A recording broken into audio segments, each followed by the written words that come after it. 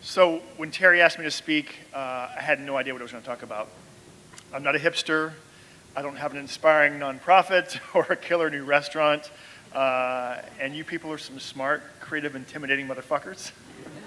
I'm just a recovering musician who started a business. I've also been going through a ton of change this past year and haven't had much time to come up with anything, so I thought I'd maybe just talk about that, change. While change has been kicking my ass lately, I've had a love-hate relationship with it over the years, and it's been sort of an evolution. So at first, I feared change. In a previous life, I was a professional musician, and my identity was pretty wrapped up in it. I loved the lifestyle, the creative outlet, the camaraderie and collaboration with fellow musicians.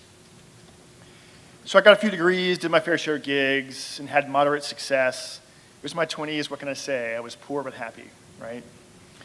Unfortunately, I never really broke through and didn't want to be a freelance musician for the rest of my life. I knew I had to make a change, but I was fearful about losing my identity and not finding anything as fulfilling. And nothing prevents change more than mediocre success. So when I started exploring new career paths at 30, I knew a few musicians who'd gotten into web design, and I thought I'd give it a try. I found parallels as a creative outlet and in collaboration, and it turns out my fears were unfounded, and I really enjoyed the work. And apparently the late 90s were kind of a good time to start a digital agency. After that, I started to embrace change. I didn't lose myself, and I enjoyed fresh challenges. The journey of finding a new equilibrium, and it was more enjoyable than the static, fear-based world I was living in. And I realized that to fully embrace change, you have to give up control. So as the agency grew, I had to give up control over the creative doing parts of my job that I loved. Once again, the fear of losing my mojo was unfounded, and then the change allowed me to work on the business instead of in the business. Change is paying off, and 2017 was a record year, and hell yeah. So Change and I started to fool around a little bit, maybe, and I found myself actually wanting to create change. So last year, I decided to merge my agency with another agency. If you want to upend your professional life, try mashing up 60 people, 2 cultures, completely different processes, and do it across 3 countries. And while you're doing that, have a baby at 47. Actually, let's make it twins, and one with a heart condition requiring surgery and long hospitalizations. And while you're there, let's throw a puppy in too. Why not, right? And to make it really interesting, let's change the agency vision, do a full rebrand, and rename it. Holy shit. Right? That's enough change for 10 years, much less 1. Be careful what you ask for, right? Let's just say I had to do a bit of soul searching and figure out a way how to get through this. So I didn't grow up in the north, but I did learn to drive in ice and snow. And it might seem counterintuitive, but when you start to skid in one direction, you actually steer into it to recover. And it reminds me of a Robert Frost quote that's a go-to for me during challenging times.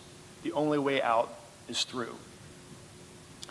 So one important lesson I learned is that change is easier if you're surrounded by great people. From a personal standpoint, I wouldn't be able to keep my head above water if it wasn't for my wife, Maria, and stepson, Luke. They are my rock and my joy. From a professional perspective, I've got some amazing colleagues who cheer, support, push, prod, and hold me accountable. In fact, 2 of them in particular, somewhere here, you know who you are, didn't let me get comfy and settle for good enough. Without cohorts like them, I'd be in a very different place.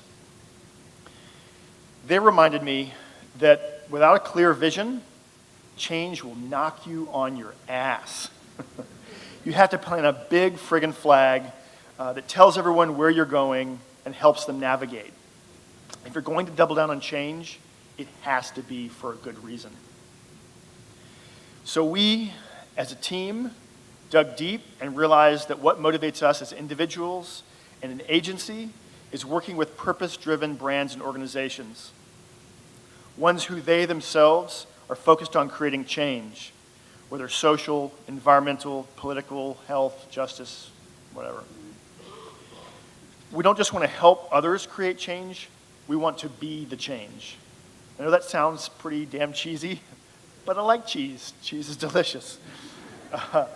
We've set a goal to refocus our client list on purpose-driven organizations, become a B Corp, and walk the walk. I'll spare you the business jargon, but it could be a pretty risky path financially, and we might lose some colleagues and clients along the way who are on board with the new vision. I'm not in my 20s anymore, and I have a lot more at stake. So one of the reasons I'm here tonight is to face my fears again. If I say it out loud in front of all you talented people who I admire and respect, then I'm accountable to this. Getting complacent or going backwards is not an option. So if I bump into you a year from now, ask me how it's going. I'll either have lost the rest of my hair or have more stories to tell, or maybe both. And I leave you with a lesson I've learned the hard way. It's something I have posted on my wall next to my computer. If you don't make things happen, you'll watch things happen and then wonder what happened. Be an agent for change. Don't get comfortable. And before I go, I want to give a shout out to a few of my favorite local purpose-driven organizations that are making great efforts to change their community. Jesse. Thank you all for listening. My name is Cash, and I make change.